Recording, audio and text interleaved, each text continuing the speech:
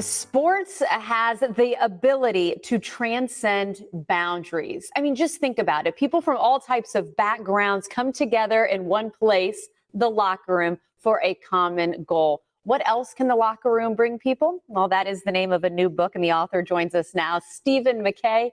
Stephen, it's good to see you again. How you doing? I'm doing great. Glad to be here. Thanks so much for having me.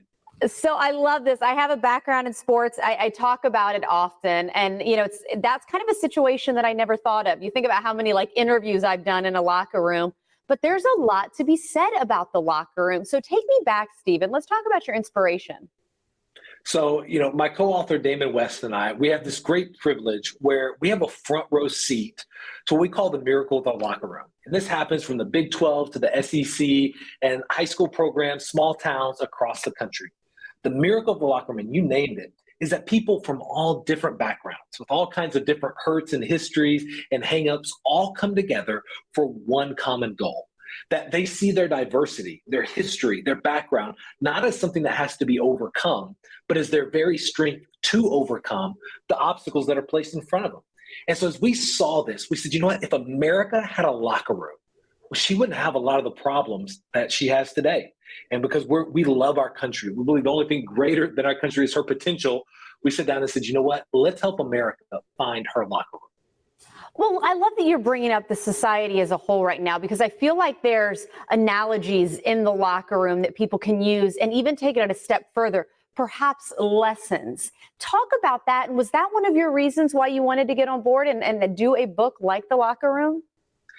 Absolutely, because you see, there's this simple idea in the locker room that sometimes gets overlooked. You think, well, it's a sports book, or we're talking about the locker room, so I have to be an athlete. And the reality is, nothing could be further from the truth. You see, the power of the locker room is not that you play sports. The power of the locker room is that you make commitments to one another. And we talk about several commitments that you make in the book, but I'll share a couple with you right here. And the first commitment is this: that you commit to something bigger than yourself, a common goal that is bigger than me, myself, and I. And when you make that simple commitment, all of a sudden it opens up a whole new world for you. Now, I'm committed to something bigger than me and a common goal. The second commitment that you make is to commit to say that making a mistake doesn't make you a mistake. That you can fall down, you can trip up, and you can get it wrong. And rather than pouncing on you and beating you up for it, I'm going to come alongside you. I'm going to pick you up, encourage you, dust you off, and then I'm going to walk alongside you until we get to our goal. And the third commitment I'll share with you today is this. It's the commitment to say that my success is your success, and your success is mine. Those three simple commitments have nothing to do with being an athlete, and have everything to do with becoming that which you can become, helping make the world a better place and doing your part for it. Stephen, we've got under a minute left, and I feel like there's so many different ways I wanted this conversation to go, like perhaps your background, how you've been able to meet people of all different cultures in your background, I think is really interesting. But I also want to know, what do you want people to take away from the locker room? Can you kind of end on that here this morning?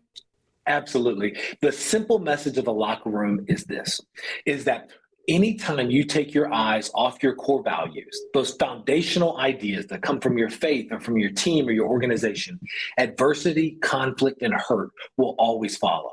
But when you chase after your core values with humility and with grace, when you chase after those core values with that, then no matter what adversity comes, you can find a way to have those difficult conversations, to overcome that adversity, and ultimately to build unity and reach your goals. Well, I am so glad you were able to share your time with us. Once again, Stephen, and I think I said it wrong the first time. I want to make sure I get it right. Stephen Mackey, right? You got it. You can call me anything you want. Just don't call me late for supper. Well, Stephen, I'm so glad you wrote this book. Again, get the locker room for yourself. It was nice meeting you today. Absolutely. All the best to you. Blessings. Thank you so much. One more time, Stephen Mackey, thank you.